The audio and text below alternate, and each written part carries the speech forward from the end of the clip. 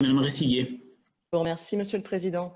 La crise sanitaire a eu un impact social et économique conséquent pour les 180 000 clubs sportifs amateurs et les 16 millions de licenciés. Certes, les subventions ont été maintenues, mais les clubs ont perdu une part importante de leurs revenus.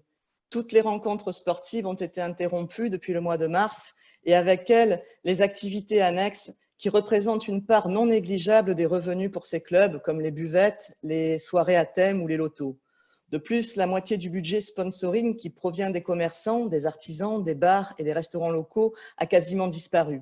Ces entreprises locales, n'ayant pas été épargnées par la crise, leur trésorerie ne leur permet plus d'apporter le même soutien.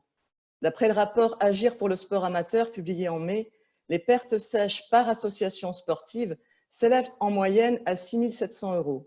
Sachant que près de 50% des associations fonctionnent avec un budget annuel inférieur à 20 000 €, cela représente près d'un tiers de leurs ressources.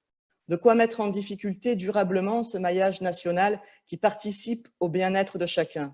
Aux interpellations des associations, l'Agence nationale du sport, dont l'une des missions principales est le soutien aux pratiques amateurs et dont le budget global est de 292 millions d'euros, a eu pour toute réponse le lancement d'une enquête sur les initiatives prises par les collectivités territoriales et la diffusion d'un appel aux dons qui repose donc sur ceux qui ont été durement affectés par cette crise.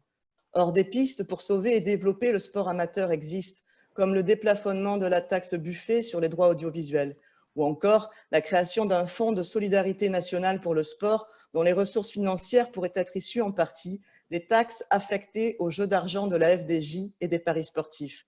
Qu'allez-vous mettre en œuvre concrètement pour soutenir le sport amateur?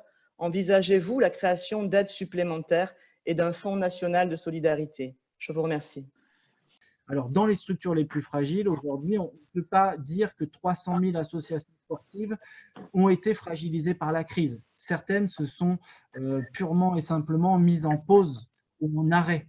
Et moi, j'ai tous les jours des témoignages de présidentes et de présidents d'associations qui nous disent on attend que ça redémarre et puis on reprendra notre activité progressivement. Bien sûr, ça demande de se réorienter, de se recontextualiser au vu des préconisations sanitaires, de la réouverture progressive des équipements.